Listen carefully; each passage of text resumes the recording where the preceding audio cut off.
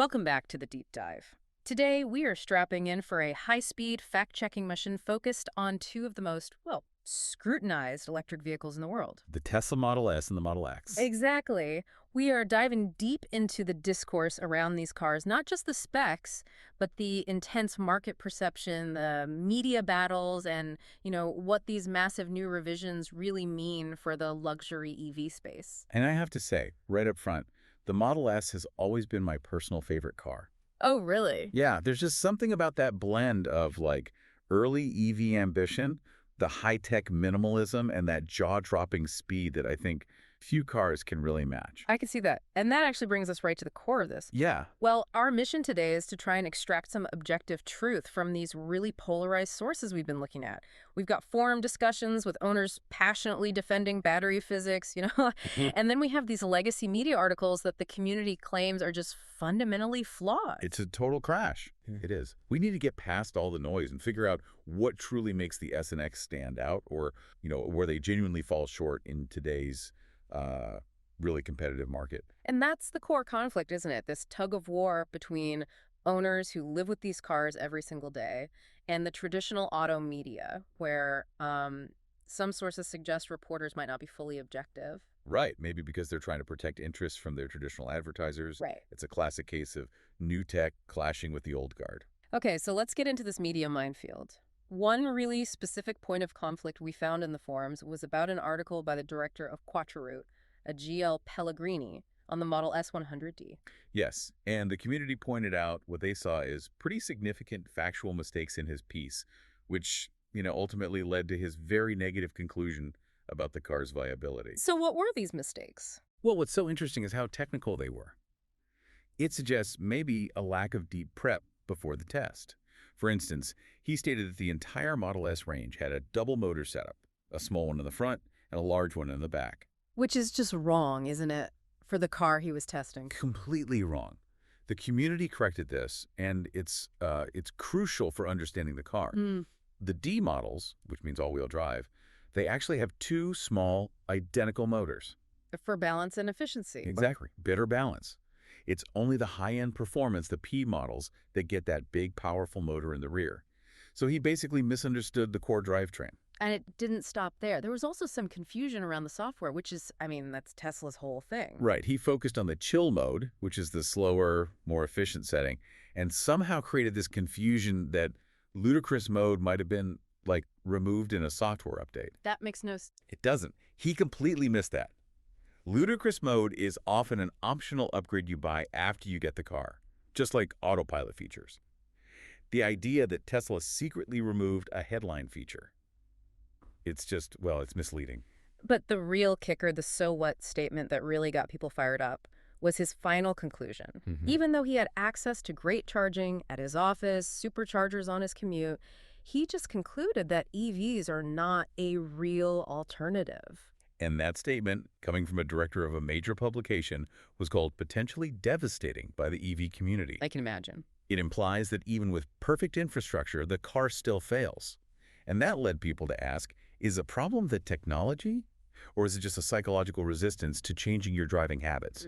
And that resistance so often comes down to range anxiety, doesn't it? Right. The journalist criticized the 100D for getting about 350 kilometers in the real world versus a stated 441 kilometers. Okay, that's a 20% drop, which sounds like a lot.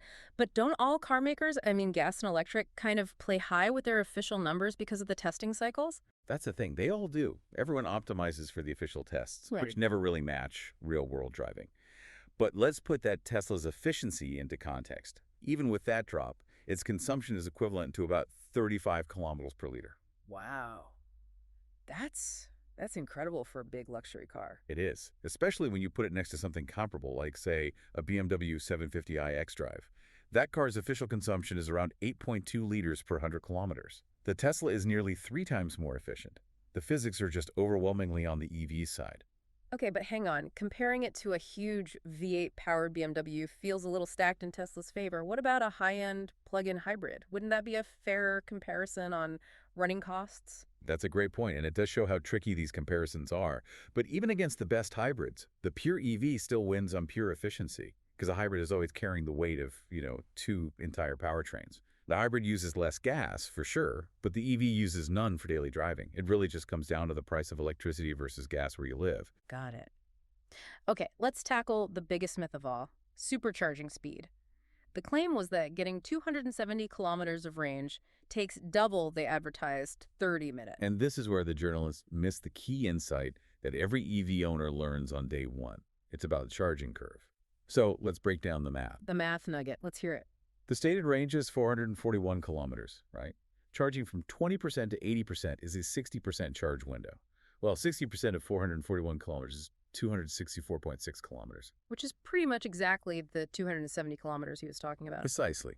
And that 20 to 80% window is the fastest part of the charge. It really does take about 30 minutes. The huge slowdown only happens after 80% because the system slows down to protect the battery's health. So you just have to break that old habit of filling the tank all the way to the top. You've got it. It's a mental shift. And what about that home charging claim? That a normal 3 kilowatt connection takes 30 hours for a full charge. Again, technically true from zero, but totally misleading in practice. No one does that.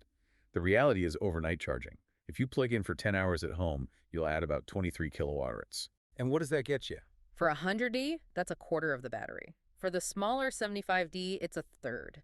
It's more than enough for your average daily commute. It becomes a completely frictionless habit. And we saw real-world proof of this. A forum user covered 7,600 kilometers in 45 days.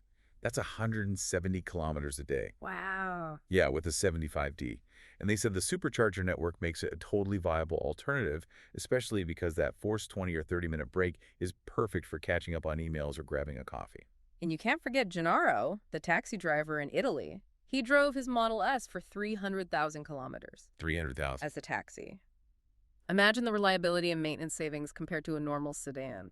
It's just such a powerful real-world story that flies in the face of all that media skepticism. That's a perfect transition, actually, because that long-term viability story leads us to the new generation of the S and X. They're back in Europe with some major updates. And what's so fascinating is the new focus. It's clearly on luxury and comfort now, moving beyond just pure speed. They've tackled that long-standing complaint about cabin noise. Oh yeah, the road noise. Exactly. They've added new sound-absorbing materials, they've optimized the chassis design, and they've enhanced the active noise cancellation. They're aiming for, and this is their term, limousine silence. That is a high bar, especially compared to their German rivals. How are they doing that? Well, it seems to be a mix of things. Stiffer chassis, maybe some acoustic glass. They've also retuned the air suspension for better comfort. And they have new wheel designs, 19s and 21s for the S, 20s and 22s for the X, that are designed for better aerodynamics, which also cuts down on wind noise. And inside, the tech has gotten a big refresh too, right? A new user interface. Yeah, a much more intuitive UI, which is critical when the whole car runs on that one screen. They've also added dynamic RGB ambient lighting, which is a bit of a nod to that classic European luxury feel. And some important safety upgrades. For sure. A new front bumper camera for tight spots, better blind spot indicators, and new adaptive headlights. Oh, and for the Model X, they've managed to make that third row a bit more spacious. Which was definitely needed. It was. But of course, the real headline, what everyone is talking about, is that ridiculous Plaid performance. Okay, let's do the numbers because this is where physics starts to feel optional. It really does. The Model S Plaid does 0 to 100 kilometers per hour in 2.1 seconds. 2.1. And a top speed of 322 kilometers per hour. But, and this is a big but, you only get that top speed if you buy the optional carbon ceramic brake kit. Wait, hold on. So the headline number is locked behind an expensive upgrade. Isn't that a little bit of a sneaky marketing tactic, especially after we just critiqued journalists for being misleading? You know, it definitely walks a fine line. It's physically possible, but not out of the box. Still, even with that insane power, the Plaid model gets 611 kilometers of autonomy. The engineering is just, it's incredible. And the giant Model X Plaid still does 0 to 100 in 2.6 seconds. And for a little while, they're throwing in unlimited free supercharging. But there's a big catch there, too. A huge one. It's only for the first owner, and it explicitly excludes commercial use. So no taxis, no ride sharing. They are clearly protecting the supercharger network from the strain of high-mileage commercial drivers, maybe learning a lesson from guys like Gennaro. So if we pull all this together and look at the big picture, the new S and X still have some really distinct advantages, even against newer competitors like the Audi e-tron GT or the Mercedes EQS. What are those specific data points that you think keep them ahead? Well, first is autonomy. They're still generally getting higher real-world range, up to 611 kilometers, where a lot of rivals are in that 400 to 500 kilometer bucket. Mhm. Second is software. Nobody else is really close on the over-the-air updates and the integrated ecosystem. And the charging network. And the charging network. The supercharging network is just more reliable and better integrated than the patchwork of third-party networks everyone else is using. But there are still some really good reasons not to choose a Tesla. Price, obviously.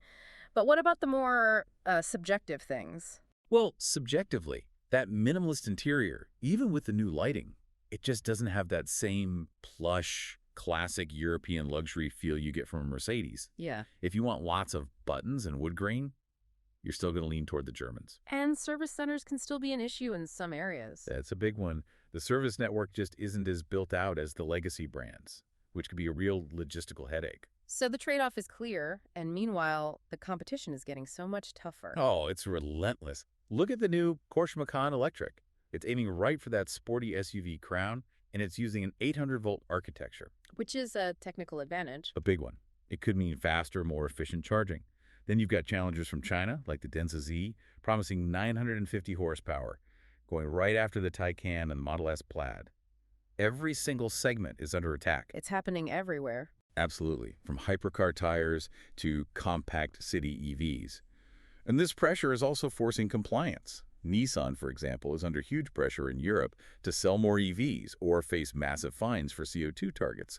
The whole market is just evolving at a crazy pace. So after this whole deep dive, chart and physics, media bias, hypercar specs, what does this all mean for you, the listener, trying to make sense of the EV world right now?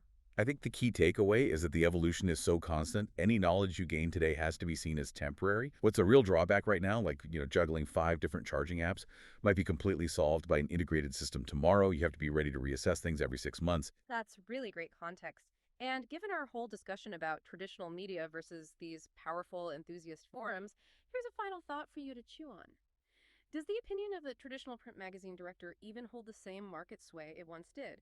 Especially when real-world user reviews and, 300,000-kilometer taxi driver reports are just a click away for everyone.